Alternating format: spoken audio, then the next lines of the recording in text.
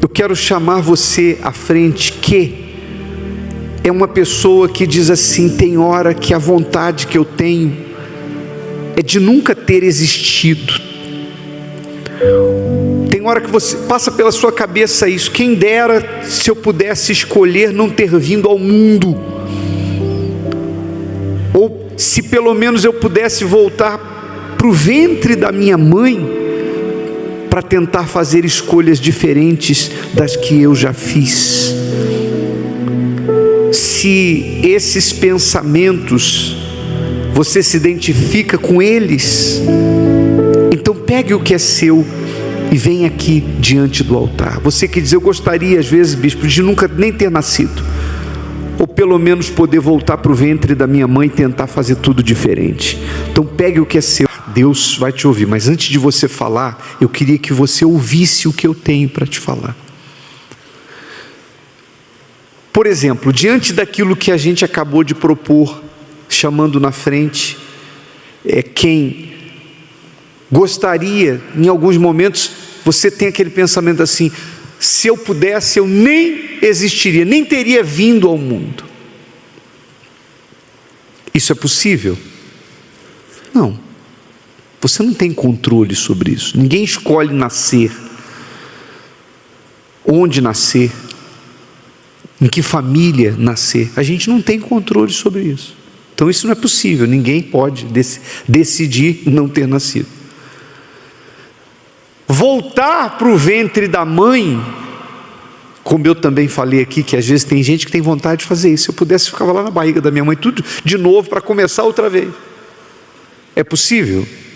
Também não é possível. Mas tem uma passagem na Bíblia, uma história na Bíblia, algo que aconteceu com Jesus, que nos dá uma visão do que realmente é possível e que está ligado a isso aí.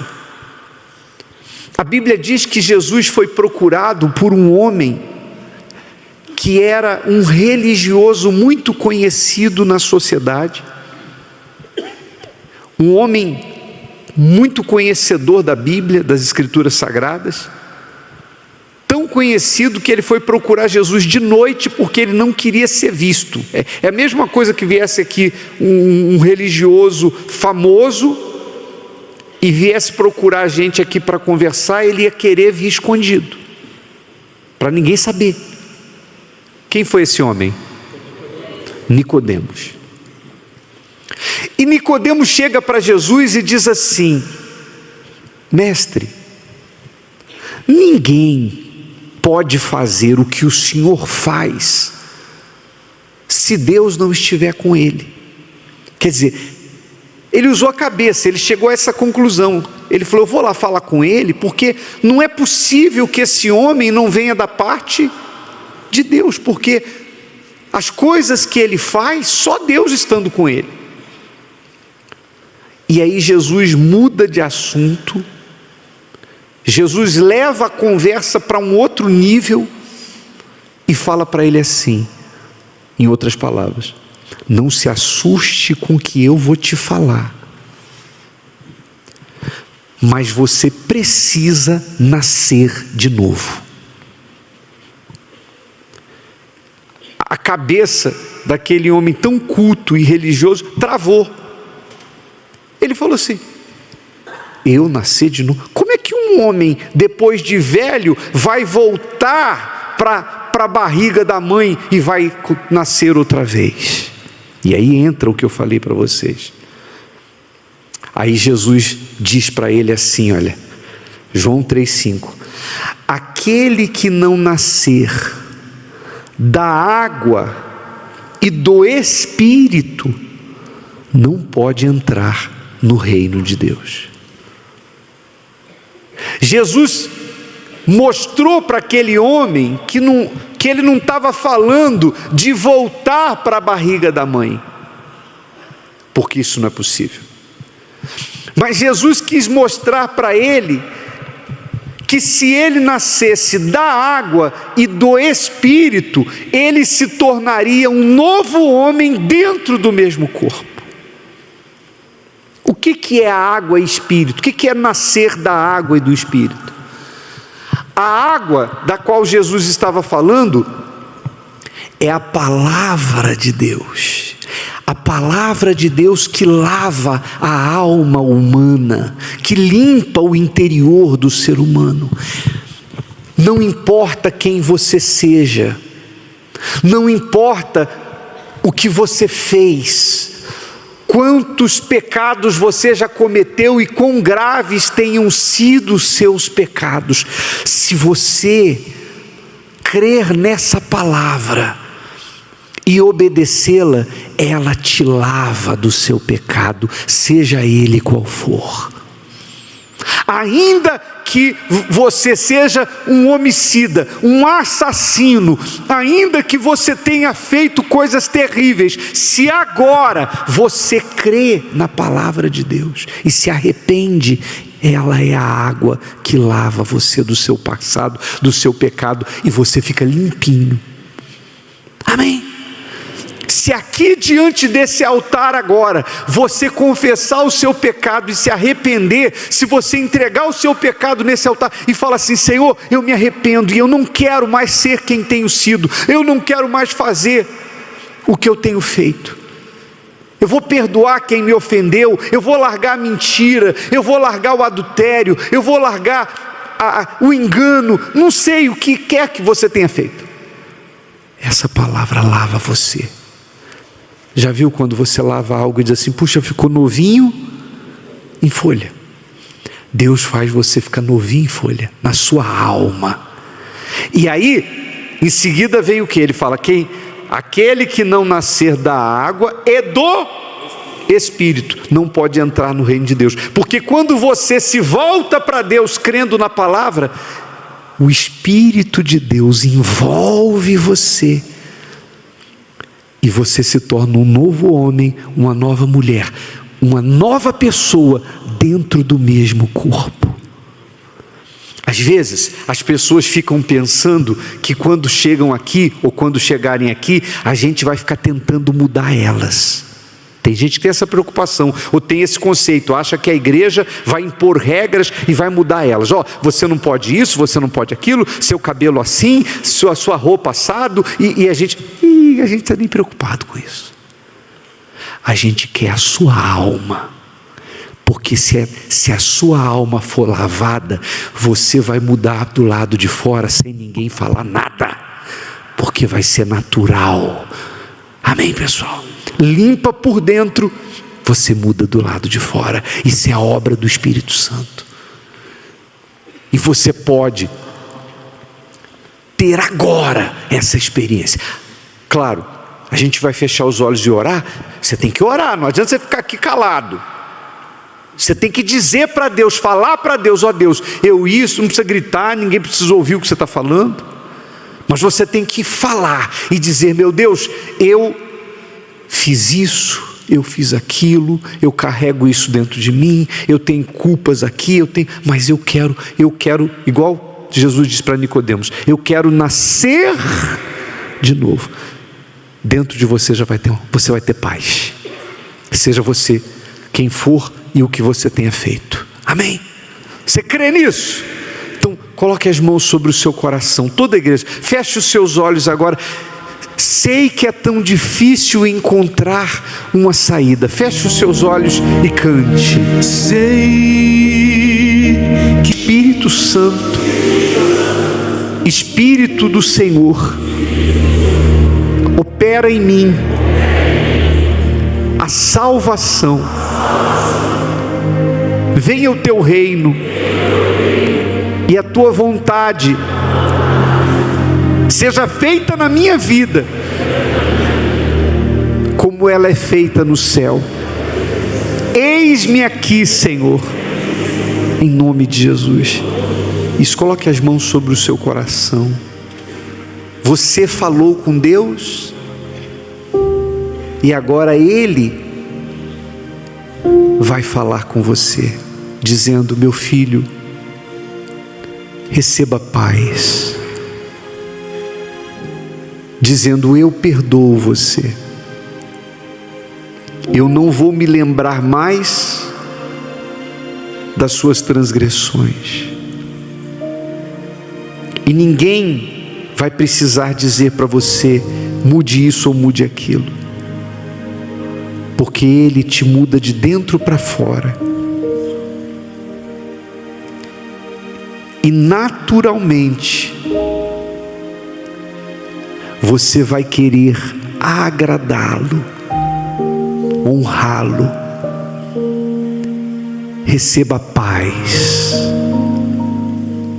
Tudo se faz novo dentro de você. Ele apaga seu passado, Ele perdoa os seus pecados e as suas culpas. E Ele te chama de filho.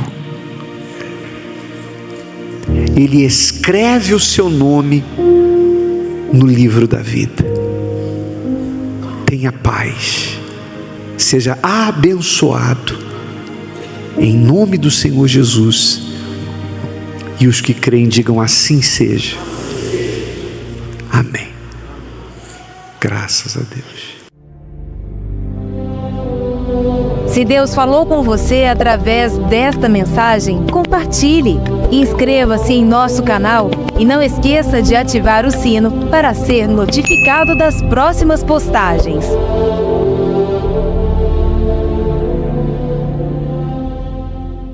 Dia 24 de maio será o domingo de Pentecostes. E não é uma data que a Igreja Universal determinou. Às vezes você ouve a gente falar de campanhas aqui e a gente diz assim: olha, domingo que vem vai ser o domingo disso, ou vai ser o domingo daquilo. É algo que Deus inspirou com base na palavra, e a gente faz uma campanha voltada para aquilo, para estimular a fé das pessoas.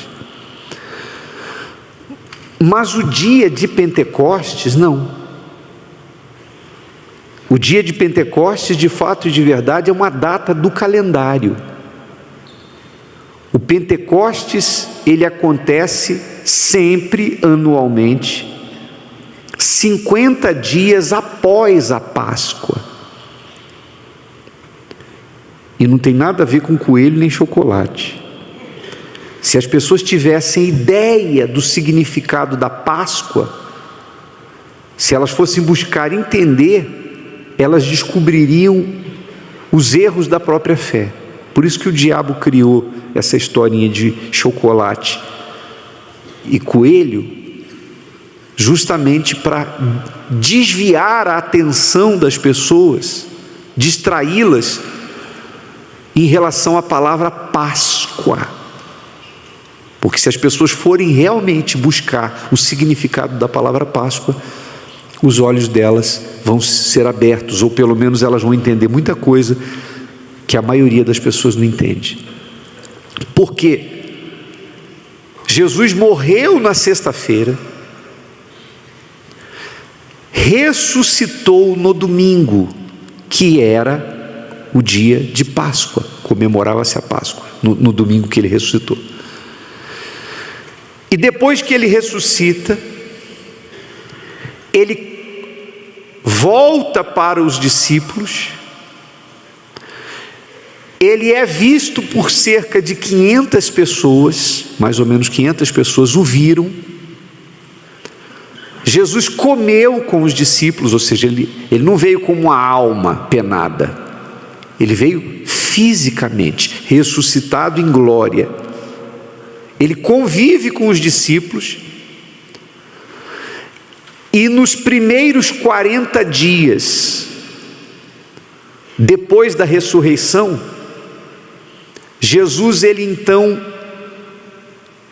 fala com os discípulos sobre o reino de Deus. São 40 dias falando do reino de Deus. Entendemos que para Jesus falar disso por 40 dias é porque era um assunto extremamente importante.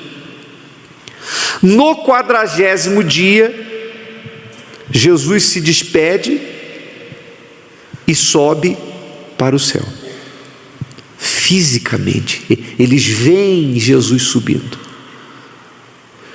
E Jesus deixa uma ordem expressa. Quando eu falo se despedindo, é porque ele deixou uma ordem expressa, ordenando, não era opcional. Ele ordena que eles não saíssem de onde? De Jerusalém, até que a promessa se cumprisse. Ele fala: promessa que vocês ouviram de mim. Não saiam de Jerusalém até que a promessa se cumpra. Que promessa era essa? A descida do Espírito Santo. Ou seja, o que aconteceu com Jesus no início do ministério dele, quando ele foi batizado nas águas por João Batista, que está escrito que o Espírito Santo veio sobre ele. Lembra quando, em forma corpórea de uma pomba, desceu sobre Jesus? Então aquilo que aconteceu com Jesus aconteceria com os discípulos. Quando Jesus recebeu o Espírito Santo lá no Rio Jordão, então ele e o Pai se tornaram um só. Pai, Filho, Espírito Santo, um só. E Jesus então fez o que fez nos 3 anos de ministério. Aquilo que aconteceu com Jesus teria que acontecer com os discípulos. O sucesso da missão de ir pelo mundo todo, pregar o Evangelho, fazer a obra que Jesus ensinou que eles fizessem, dependeria desse acontecimento. Por isso a determinação: não saiam de Jerusalém.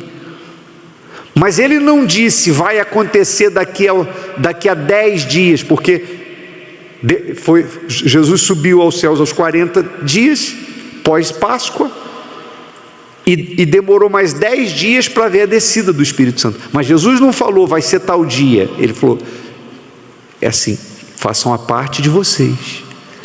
Em outras palavras, estejam preparados. E é disso que eu quero falar com vocês agora, porque nós estamos a uma semana do dia de Pentecostes, ou quando comemoramos o dia de Pentecostes, nos lembramos do dia de Pentecostes. O Pentecostes já aconteceu, o Espírito Santo não vai vir, ele já veio, ele já está entre nós. Mas ele não quer, por exemplo, você tem dúvida que ele está aqui agora? O Espírito Santo está aqui. Mas ele não quer apenas estar entre nós, ele quer estar dentro das pessoas. Quem aqui é batizado com o Espírito Santo tem a mente de Deus na sua mente, tem o Espírito de Deus dentro de si. Se você não é batizado com o Espírito Santo, então ele está com você aqui agora, mas não está dentro. O que nós queremos que aconteça nesses dias? Que as pessoas recebam o Espírito Santo, que o Espírito Santo esteja dentro. Então o que você precisa? Todos, porque mesmo quem tem o Espírito Santo, a gente está vivendo uma semana de renovação de votos, de também preparação para ouvir a voz de Deus. Mas principalmente quem não tem o Espírito Santo, o que você deve fazer? Você deve se preparar. Foi isso que Jesus, em outras palavras, disse para eles, que eles estivessem preparados. E como que eles se prepararam? Olha só, aqui, Atos capítulo 2, versículo 1. E cumprindo-se, que dia? O dia de Pentecostes.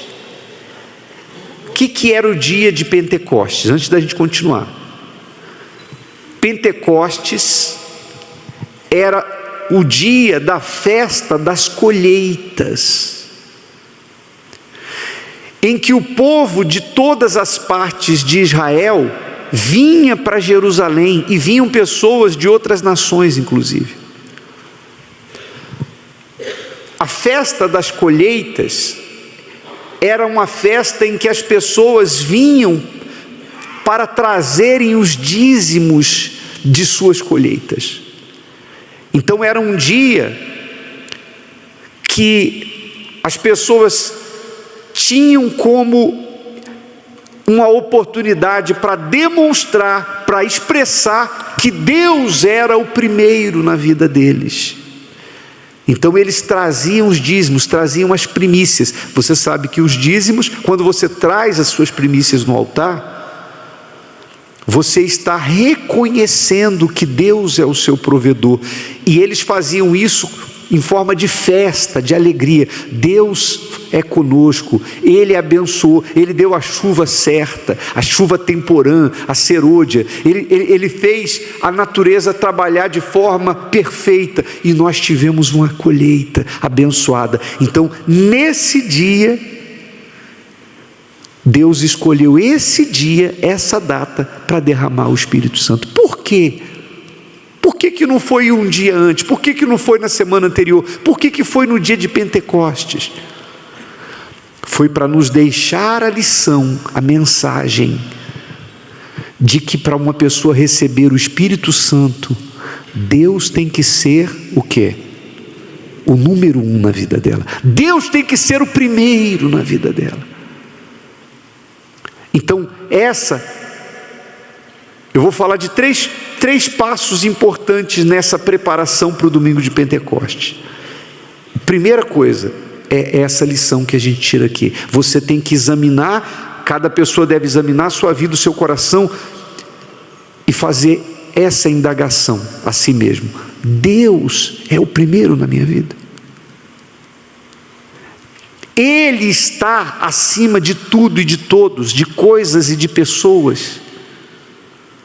Porque se há algo dentro do seu coração, no pódio do seu coração, ocupando o primeiro lugar, se o seu filho é o seu tesouro, e você coloca ele acima de tudo, de marido, de tudo, de Deus, de tudo, você diz assim, por fulano eu faço qualquer coisa. Se você coloca algo, se você coloca alguém, se você coloca um bem, se você coloca um título, não sei, tem gente que o que mexe com uma pessoa e leva ela a errar, às vezes não tenta outra, porque cada ser humano é diferente, é único. Então tem gente que coloca o marido, coloca a esposa, coloca o namorado, a namorada, o filho, a profissão. Se existe alguma coisa ou alguém ocupando o primeiro lugar, tira. Reveja os seus valores, reconstrua o seu altar dentro do seu coração e dê a Deus a devida honra. Ele tem que ser o primeiro, ele tem que estar em primeiro lugar. Amém? Então, quando fala cumprindo-se o dia de Pentecostes, ou seja, cumprindo-se o dia em que as pessoas demonstravam que Deus era o único Deus e o primeiro na vida delas. Vírgula, aí vem, estavam o quê? Todos concordemente no mesmo lugar. Que lugar é esse? Você sabe que em Jerusalém foi cedido para Jesus um lugar onde ele reuniu os discípulos, que ficou conhecido como cenáculo. Inclusive ele fez a ceia com os discípulos antes da sua prisão, lá no cenáculo. Então, aquele lugar em Jerusalém ficou como sendo o cantinho deles, a igreja deles, o lugar onde Jesus reuniu eles. Então, ali era um lugar especial para os discípulos. Então Jesus fala, não saiam de Jerusalém.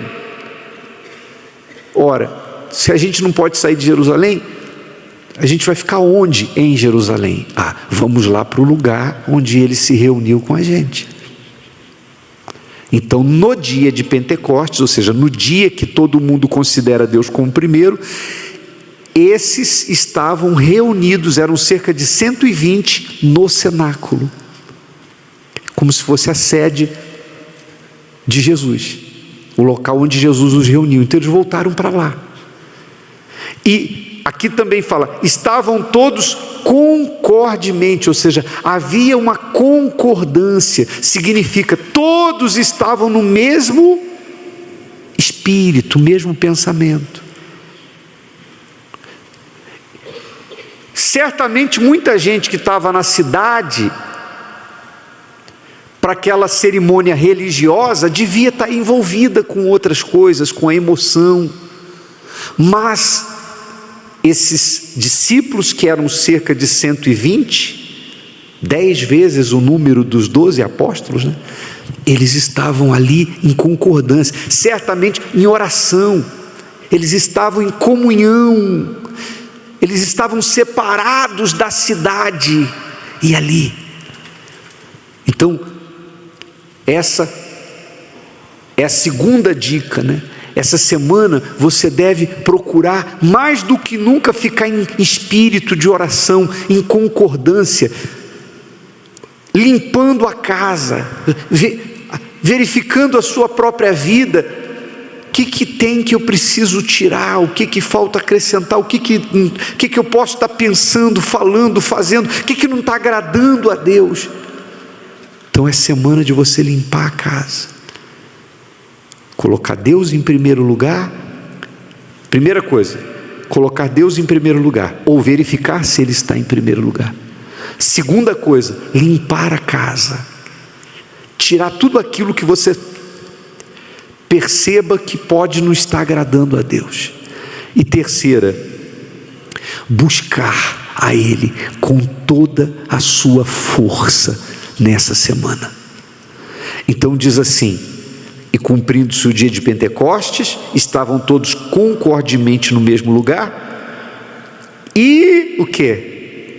De repente,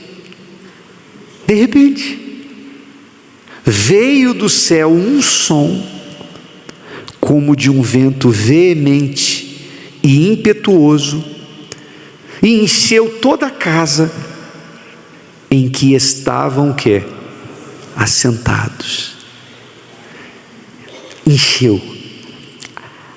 Todos aqueles que estavam ali dentro, naquele momento, começaram a falar em línguas e foram selados, batizados pelo Espírito Santo. Dali saiu para o mundo o Evangelho, a toda a terra, a todas as nações, como Jesus mandou que eles fizessem. Ali começou a igreja, em Pentecostes.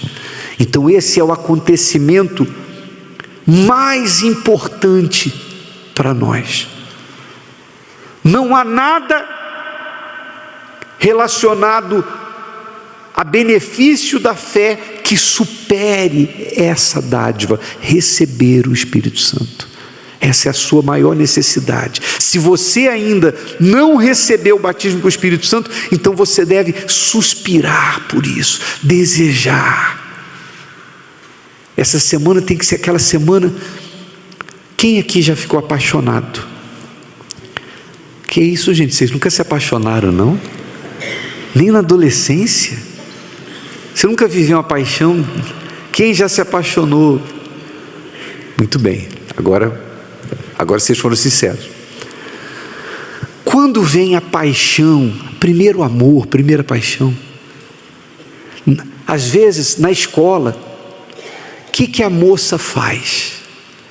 Ela procura saber onde é que o rapaz vai estar, para poder ficar por perto. Ela quer ser vista por ele, ou vice-versa, se ele está apaixonado por ela, ele quer ser visto por ela. Ela procura conhecer, ela procura alguém que conhece ele, fala assim: vem cá, você conhece? Me apresenta para ele. A pessoa começa a querer chamar a atenção, sim ou não? Paixão de adolescente é assim, vai para casa, sai da escola, mas fica só pensando nela, só pensando nele. Não vê a hora do outro dia de voltar para a escola para poder ver. Quando vê, os olhos brilham. Sim ou não? É mais ou menos assim.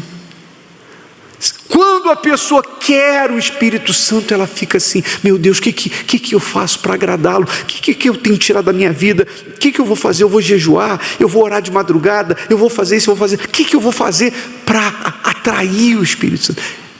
Isso é se preparar. É isso que você tem que investir. Porque domingo que vem, o Bispo Macedo vai estar lá no cenáculo, nesse lugar em Jerusalém. Eu não sei se tem imagem aí do cenáculo, mas o Bispo Macedo vai estar lá em Israel, lá em Jerusalém, e de lá ele vai ministrar para que em toda a igreja universal, no mundo inteiro, haja batismo com o Espírito Santo. Quem entendeu direitinho faz assim. Fiquem todos de pé. Então, 3 coisas essa semana: certificar que Deus é primeiro em sua vida, primeira coisa. Segunda coisa, limpar a casa. Terceira coisa, busque-o com todas as suas forças. E com todas as forças, inclusive, eu falo de você falar. Sabe, quando a pessoa busca o batismo com o Espírito Santo, ela ora até o limite dela.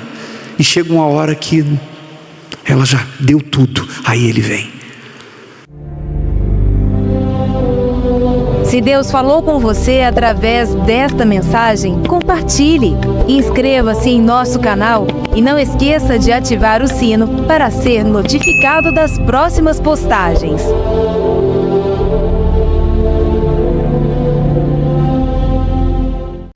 A canção diz: pois eu sei que jamais serei provado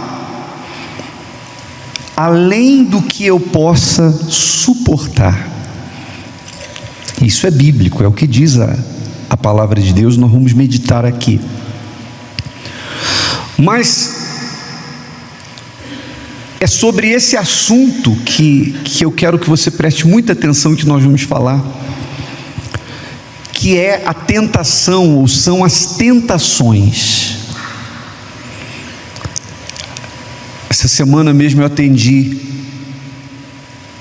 um rapaz que disse: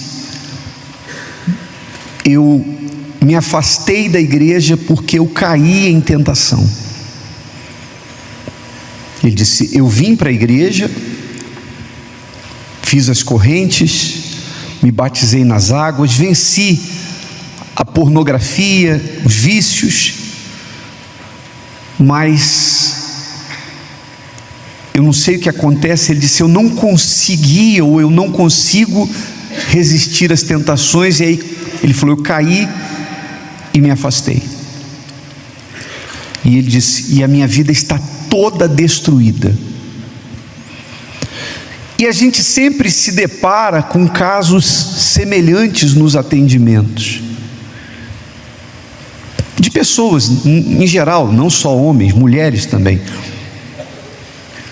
mas pessoas que dizem muito assim: eu não consigo isso. Ou então, quando a pessoa não diz que não consegue resistir à tentação, tem aqueles que dizem que o diabo os derrubou. O diabo fez isso, o diabo colocou uma mulher no meu caminho, o diabo colocou um homem no meu caminho, o diabo fez isso, o diabo fez aquilo. Mas para você entender como vencer a tentação, é preciso que você entenda como é que ela nasce, como é que ela funciona. Por exemplo, o diabo também é chamado de quê? Uma palavra que é relacionada a isso: tentador. O diabo é o tentador. Então, muita gente com isso coloca a culpa das suas quedas no diabo. O diabo me tentou, o diabo criou uma situação. Mas se você avaliar passagens bíblicas como as que nós vamos ler agora, você vai ver que, na verdade, o diabo não é o principal causador da tentação. ele tem o papel, ele é tentador, ele é o diabo, mas ele precisa da matéria-prima para ele poder trabalhar na vida de uma pessoa, e hoje aqui no caso homens. Olha o que Tiago escreveu, capítulo 1, versículo 12. Tiago diz assim: bem-aventurado, quer dizer, mais do que feliz, né? O homem que suporta a tentação. Você quer ser feliz, não quer? Você quer ser bem-aventurado, não quer? Nós queremos. Então, a responsabilidade de suportar não é de Deus. Aqui já deixa bem claro que é do homem. Bem-aventurado o homem que suporta a tentação. Porque quando for provado, receberá a coroa da vida, quer dizer, a salvação, a qual o Senhor tem prometido aos que o amam. Então, para que sejamos salvos, para que venhamos receber de Jesus a coroa da vida, nós temos que suportar a tentação, ou suportar as tentações. Isso não cabe a Deus, isso está escrito que o homem tem que suportar. Então, não adianta, por exemplo, a pessoa colocar essa responsabilidade em Deus e ficar dizendo assim: ah, meu Deus, me livra da tentação, me salva da tentação. Claro, você tem que orar, não nos deixe cair em tentação. Jesus ensinou a gente a orar. Mas a responsabilidade de suportar ela é sua, é minha, é nossa. Eu não posso colocar isso a cargo de Deus. No versículo 13 ele diz assim: ninguém, sendo tentado, diga, de Deus sou tentado, porque Deus não pode ser tentado pelo mal, e a ninguém tenta. Então já fica claro que a tentação não vem de Deus. Está escrito, que nós acabamos de ler, que Deus não pode ser tentado, e Ele também a ninguém tenta. Se não é Deus que tenta, então quem é que tenta? O diabo? Vamos ver. Mas cada um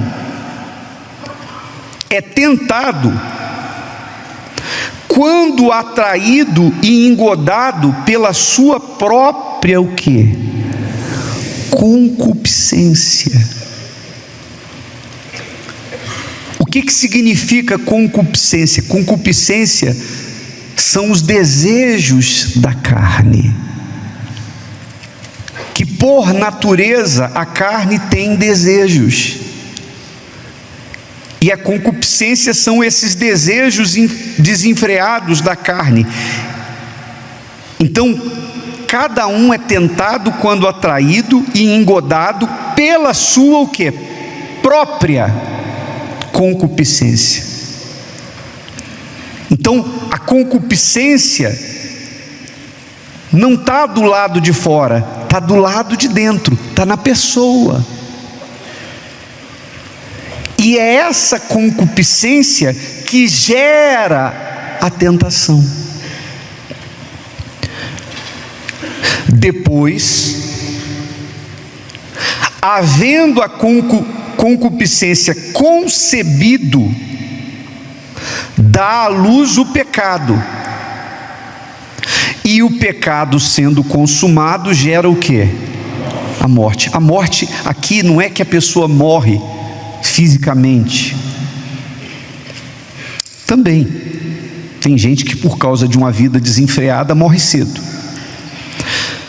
Mas é a separação de Deus, porque o pecado, ele separa, ele cria uma separação entre nós e Deus, e a separação de Deus é a morte. Mas veja que tem um processo. O processo é, primeiro, a concupiscência, ou seja, é o desejo da carne, e uma vez esse desejo não sendo cortado, porque tudo tem um início, antes do pecado ser consumado, a raiz dele é o desejo, a raiz dele é a concupiscência. Primeiro a pessoa cobiça, primeiro a pessoa deseja, depois ela executa, e uma vez executado, gera morte. Mas aqui, você vê que no versículo, aliás, nessa passagem toda de Tiago, a gente não viu ainda a ação do diabo.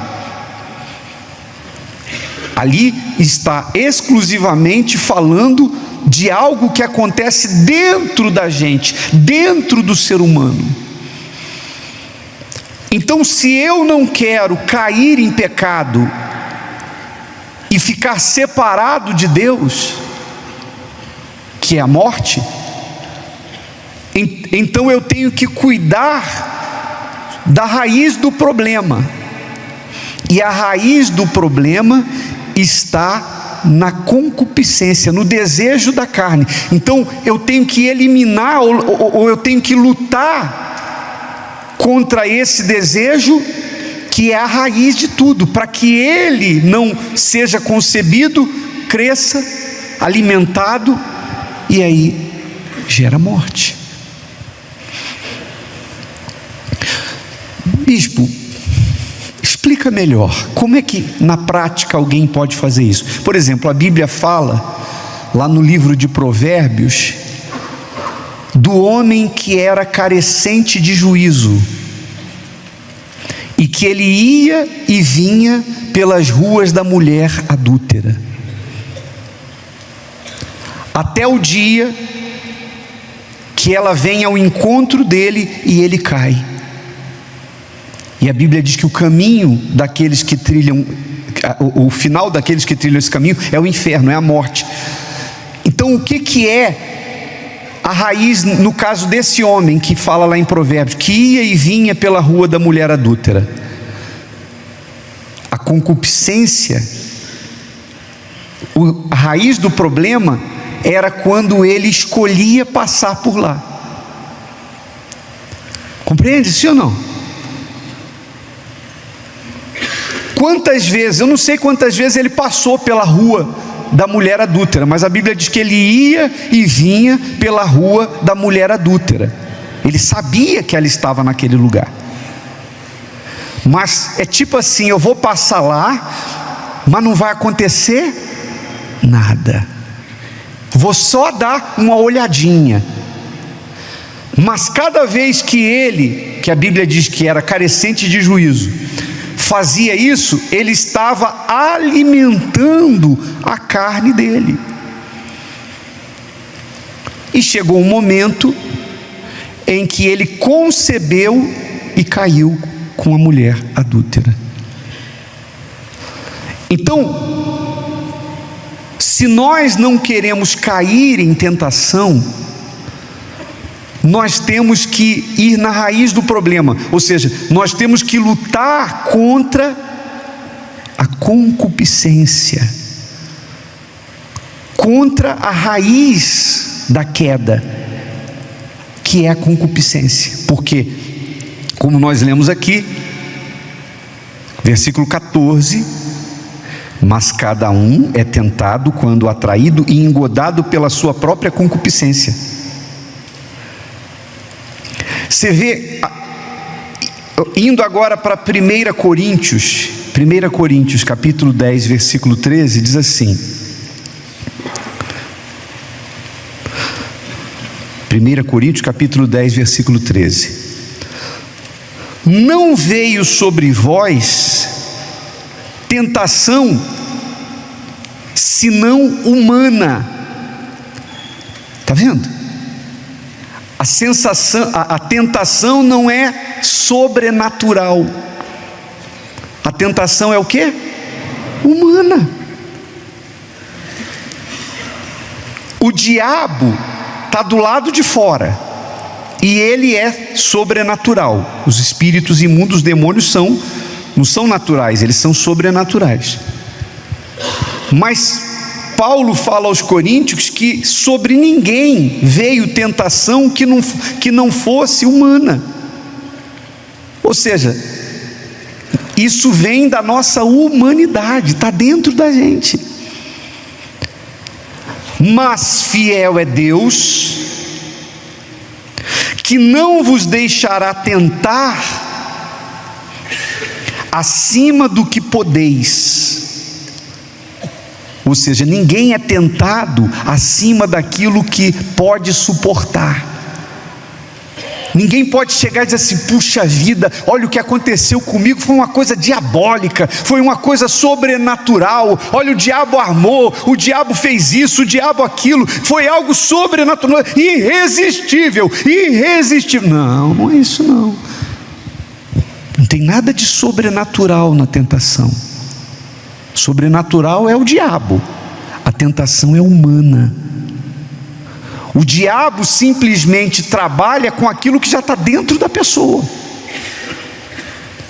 O diabo, ele observa a cada um de nós, sem exceção.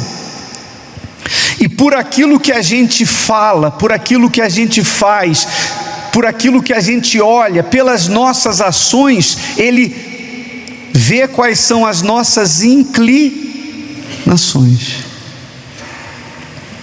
Às vezes o que mexe com um não mexe com o outro. Às vezes o que tenta um não tenta outro. Por exemplo, Jacó tinha uma inclinação para mentira. Esaú não tinha esse problema, mas teve a inclinação para pensar apenas no momento, na hora. E ele, quando estava com fome, ele falou: o que me adianta direito de primogenitura se eu estou a ponto de morrer de fome? Quero lá saber de direito de primogenitura, eu quero encher a minha barriga, em outras palavras. E aí ele foi separado de Deus ali, ele rejeitou a Deus naquele momento, porque ele desejou as lentilhas, ou o prato de lentilhas. Então, o desejo que existe dentro de cada um de nós, a inclinação, a tendência, é naquilo que o diabo vai trabalhar, mas ele trabalha do lado de fora, ele não controla você, ele não controla a mim. Como o rapaz que eu atendi sobre a questão da pornografia, eu falei para ele: o diabo não liga o teu celular, ele não toca na tela, ele não clica, ele não digita. Quem faz isso é você.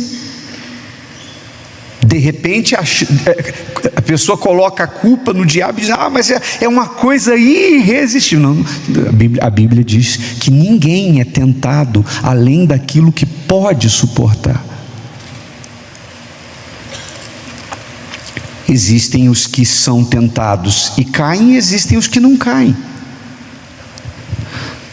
E o princípio é justamente você cuidar dessa raiz. Qual é a raiz? Você lutar contra as suas inclinações. Sabe o que a Bíblia diz também? Fugir da aparência do mal. Se você sabe que uma determinada coisa mexe com você, e aquilo você sabe que não é bom, não vai fazer você crescer, então fugir da aparência do mal é você fugir daquilo ali, você evitar aquilo ali. Que o jovem carecente de juízo de Provérbios, não fazia, porque ele ia e vinha pela rua da mulher adúltera. Quanto tempo ele ficou indo e vindo? Como eu disse aqui, eu não sei, mas teve uma hora que ele caiu. Mas antes de cair, ele foi alimentando, ele foi dando alimento para aquilo, e aquilo foi crescendo dentro dele, até o momento em que ele não resistiu. Mas é um processo que o diabo fica dependendo da sua ação. Se você não colaborar, se você não fizer a sua parte de forma negativa, o diabo não pode tocar na tela do seu celular, ele não pode digitar, ele não pode fazer você, sabe, deitar com a mulher, ele não pode fazer você mentir, ele não pode, ele pode dar o cardápio para você, ó.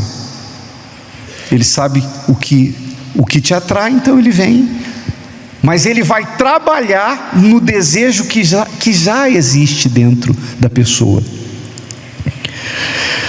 Então diz aqui, voltando no versículo 13: não veio sobre vós tentação senão humana, não é sobrenatural, a tentação é humana.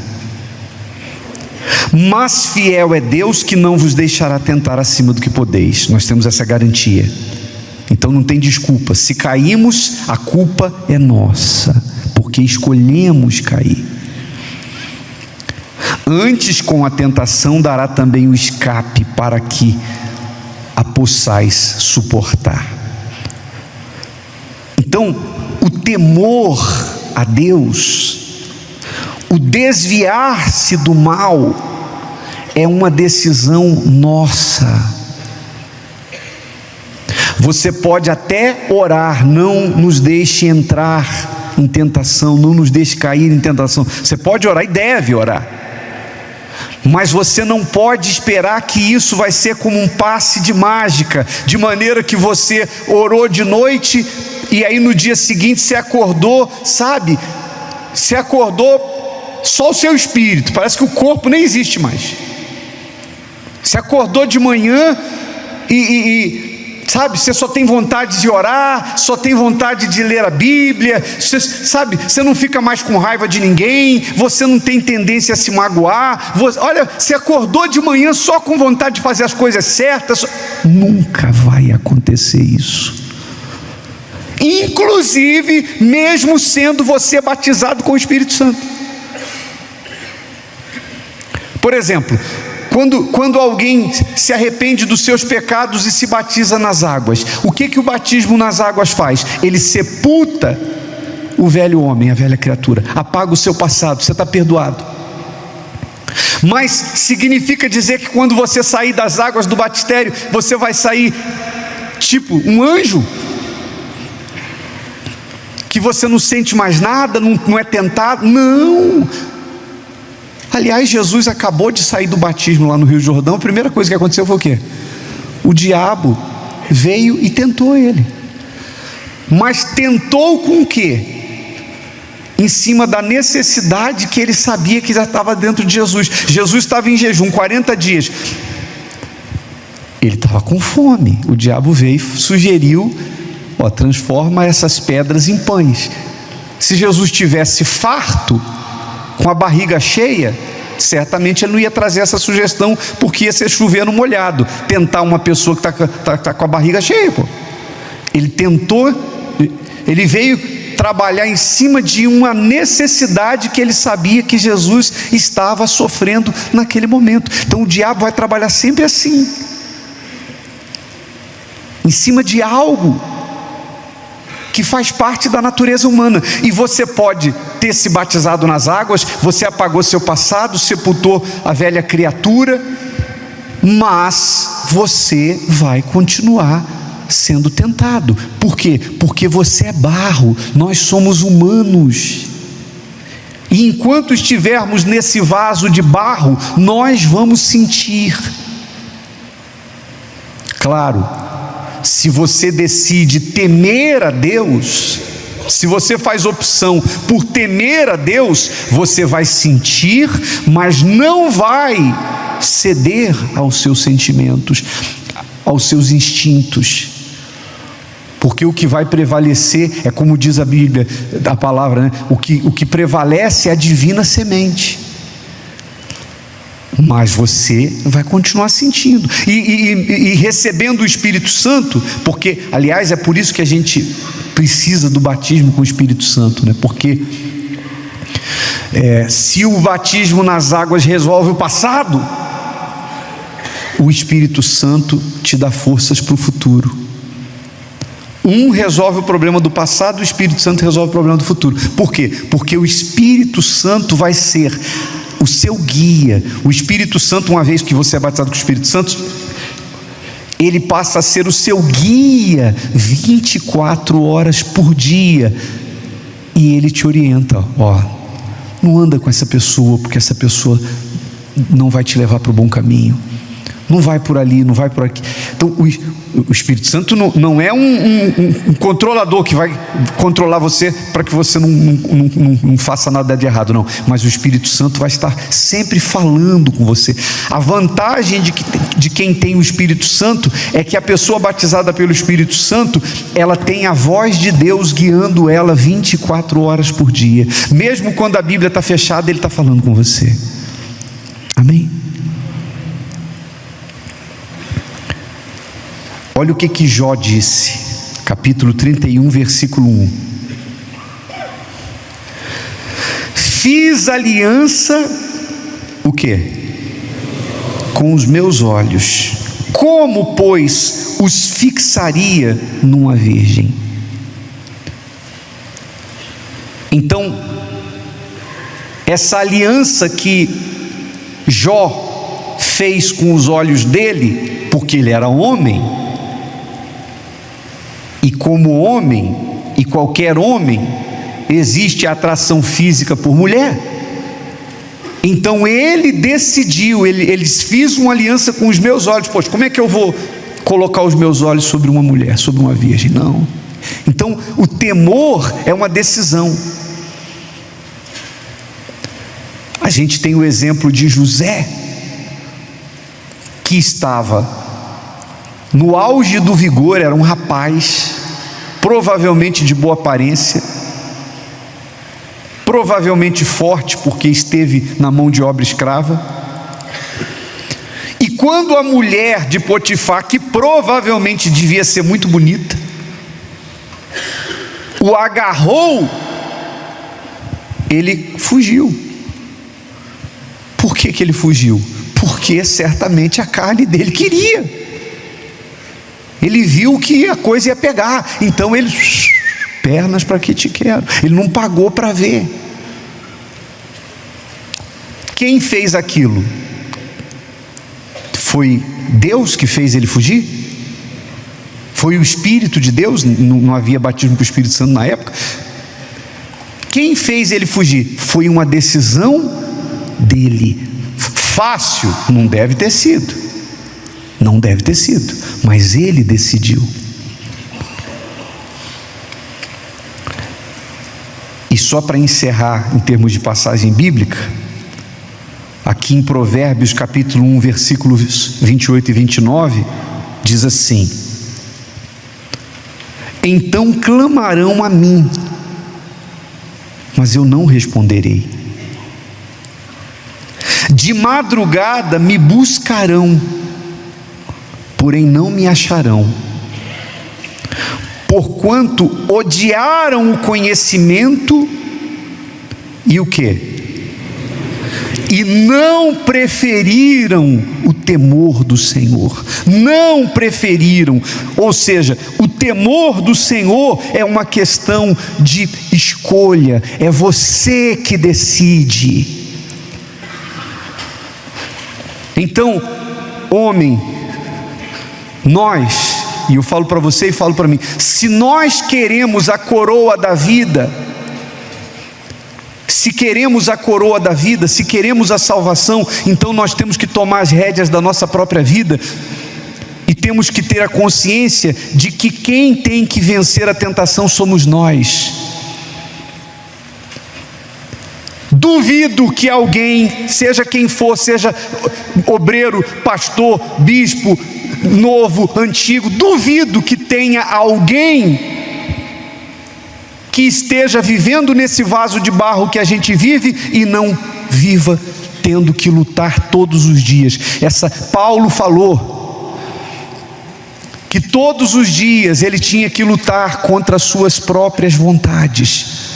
A carne milita contra o espírito e o espírito contra a carne. Então isso aconteceu com Paulo, isso aconteceu com Pedro, isso acontece com todos nós somos humanos. Então não vai ser fácil.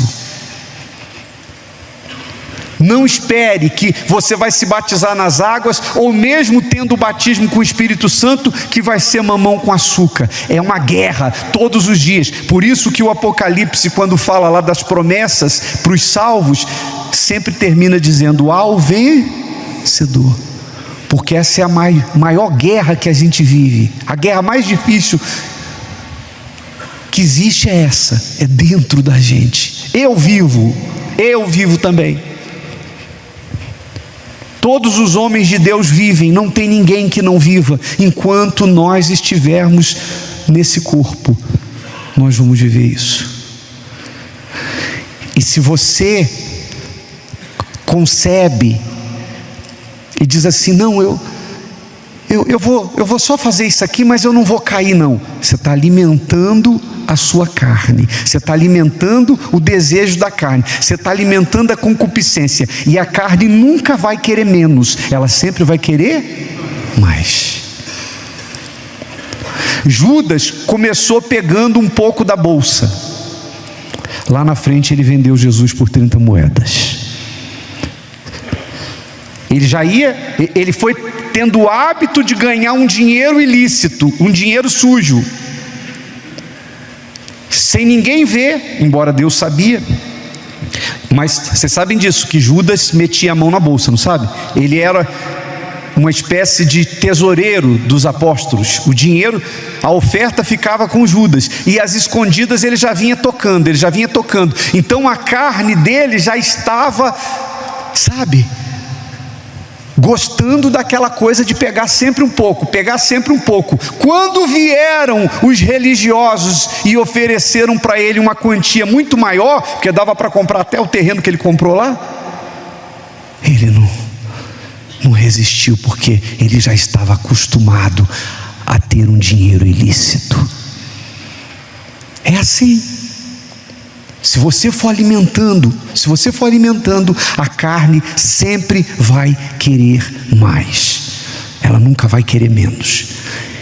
E lá na frente pode acontecer uma tragédia, uma desgraça. O que eu estou falando aqui serve para todos nós, inclusive para mim. É guerra todo dia, a responsabilidade é nossa. Não caia na ilusão de pensar que você vai orar a Deus e acabou, você vai querer só as coisas espirituais. Não, vai ser uma guerra, mas não há nada que você não possa suportar. Quem entendeu direitinho, fique de pé. Coloque as mãos sobre o seu coração e feche os seus olhos.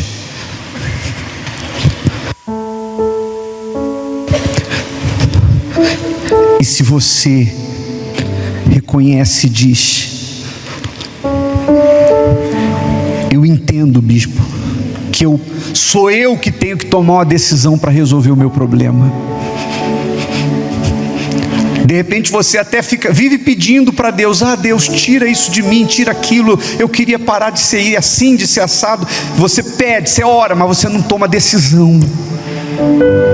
Você não toma decisão, você não escolhe o temor do Senhor. Mas você diz: hoje eu vou tomar uma decisão. Então pegue o que é seu e venha aqui diante do altar em espírito de oração, sem se preocupar com os olhos de ninguém.